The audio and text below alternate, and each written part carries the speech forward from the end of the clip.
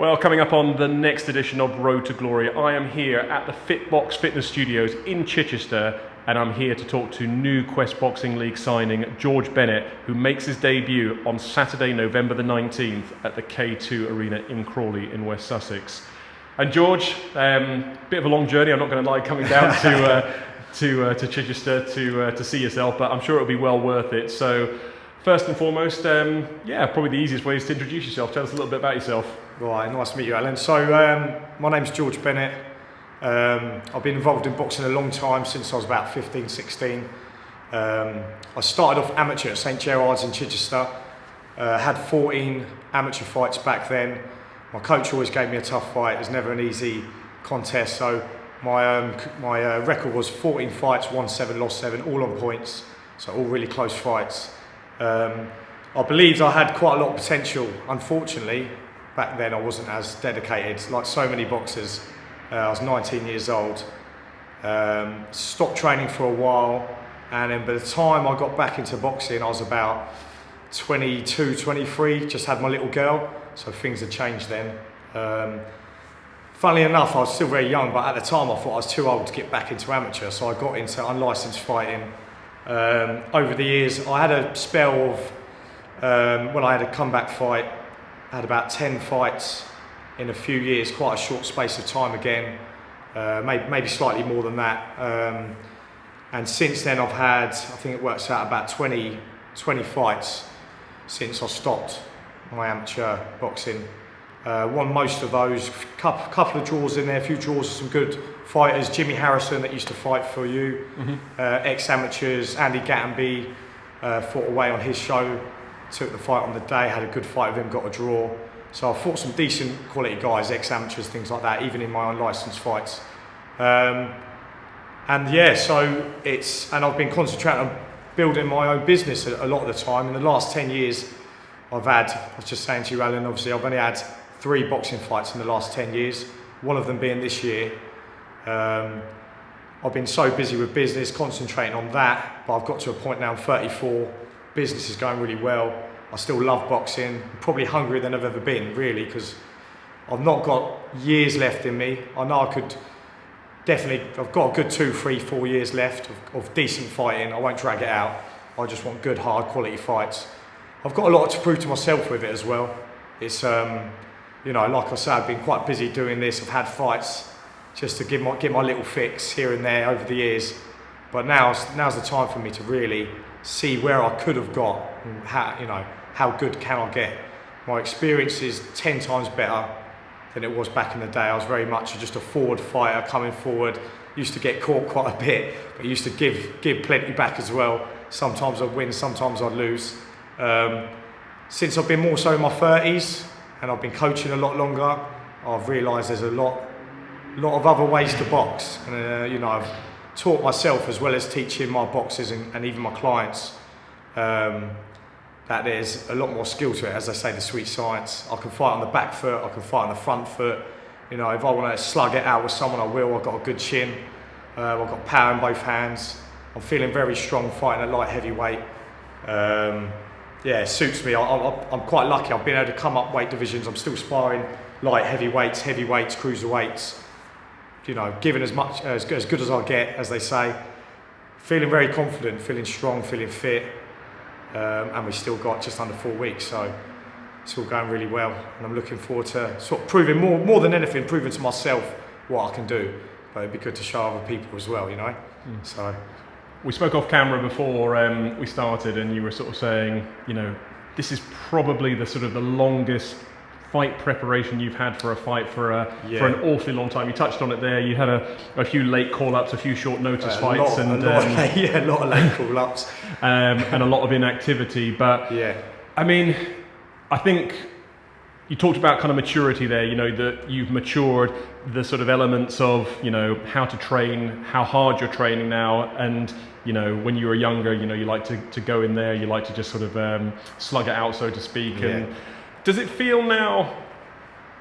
I speak to a lot of fighters, and there's a lot of fighters say, I wish I'd known what I know now back then. Probably a bit like life, I wish I knew how things were back then, because I would have just been such a better fighter. I would have been a more mature. I would have been more rounded.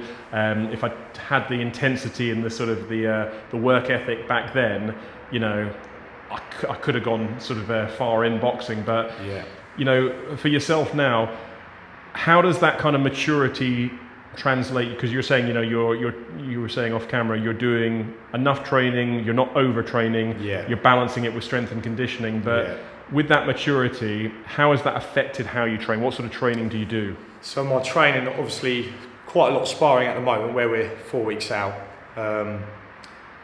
Not always heavy, because I find with lighter sparring, this is a maturity thing. I try and drill this in with my younger boxers, but heavy spars are great. You've got to have some heavy spars to replicate a fight a little bit, I believe. Teaches you to fight under pressure when things are getting hard. Can you keep pushing through? Not panic, relax, and box nicely still, and think under pressure like that. It's got to be one of the biggest pressures, having someone trying to punch you in the head, and you've got to try and think on the spot at the same time. But that's something I'm very good at doing now. Very relaxed in there. Again, maturity thing with experience. So definitely, it'd be great to have known that when I was younger. But again, like you said, that's part of life. That's boxing. That's anything. So what will be will be. This is meant to be in my eyes. I wouldn't be the same person now if I didn't make mistakes when I was younger, and it's made me become who I am anyway. And little bit of inactivity was good in a sense, because I'm still fresh. I'm nearly 35, but I'm fresh. I'm really fresh still, and I've looked after myself because I'm a personal trainer. And even though I wasn't fighting, I was, light sparring, like I say, with all the boys that I train, and it's kept my movement there. And and the boxing brain, the IQ's got better. So that side of things, definitely, I'm a miles better boxer with experience. So I think that's just something that only time can give you. But training wise, it's going really well. I mean, yesterday I was up here, sprints, loads of explosive exercises with the medicine balls, and I've got it all set up the right way. I won't get too much into the detail, but because of my experience in personal training, strength and conditioning, boxing, I know what I'm doing without sounding big-headed. I know what I'm doing, and my camps are, like you said, I didn't really get a lot of camp. I was always sort of half ready, take fights last minute.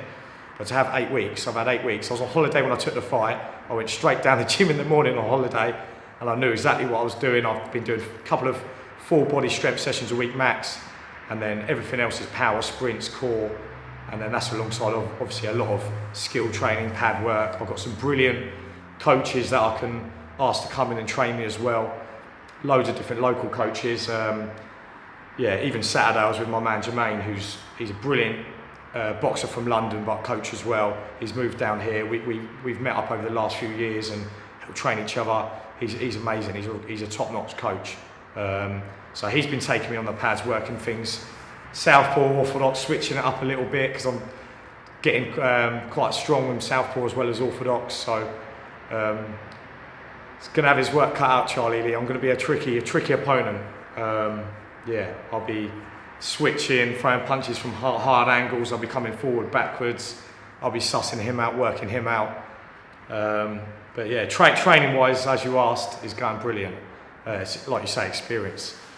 It's all going well. I was going to say to you, obviously you touched on it there, your opponent, who is also making his Quest Boxing League debut, fighter from Northampton, Charlie Lee, had 7 as an amateur, hasn't boxed for a while, but coming back into it, a bit like yourself, and like a lot of fighters in the Quest competition who, there's a huge mix of fighters in the competition. You've got, good ex-amateur fighters, you've got fighters who, never really went down the amateur route, but have trained in gyms alongside good fighters and have built their experience up that way. But, for yourself, similar kind of backgrounds, Charlie had the amateur experience, hasn't boxed for a while, coming back into it, but a good level of fighter. And, I know sort of you've taken this fight at a higher weight that you would normally campaign at. Obviously Charlie's coming sort of down in weight, so although you've got more ring experience, you're going to be giving away weight on the night, which obviously will make a difference and can make a big difference in fights when you're boxing a heavier opponent. But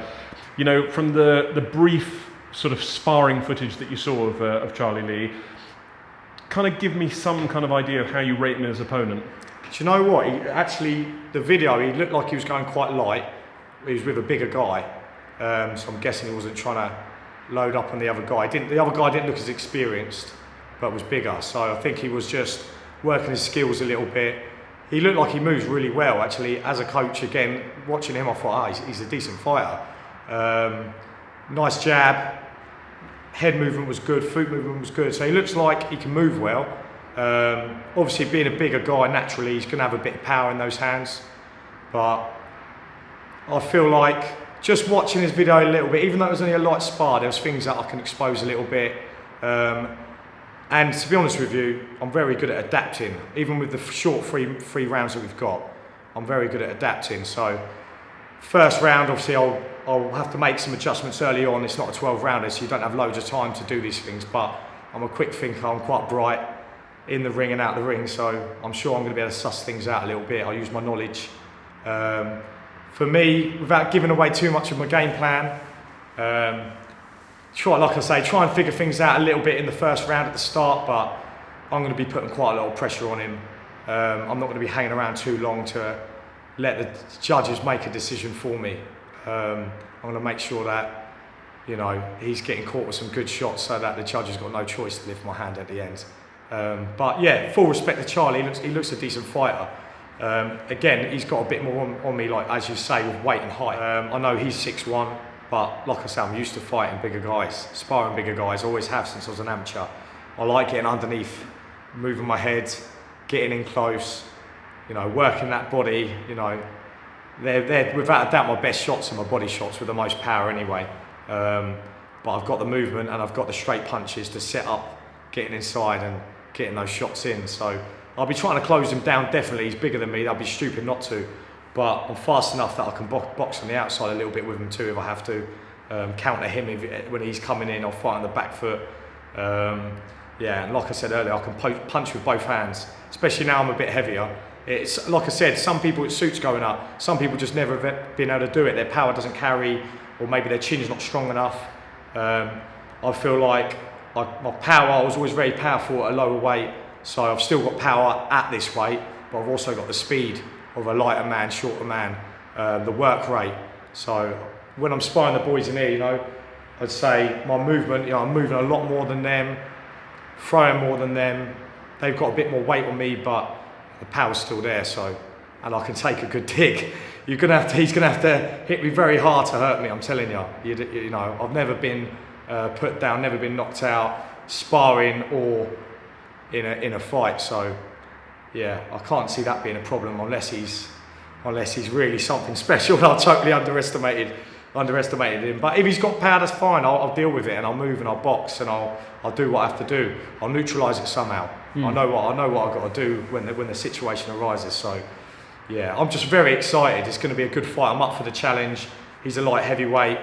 Worst case scenario, I lose maybe on points. He's not knocking me out, as I say. And then we just go again, and I'll keep training and I'll get better. I've had 8 weeks, but after this fight, the training ain't stopping. I'm going to carry on through, take some more fights, and then, you know, next time, either I could fight him again or another opponent on Quest, I'll be even better. I'll be a better animal. So yeah, I'm not concerned about that. I'm excited. If anything, I want the challenge.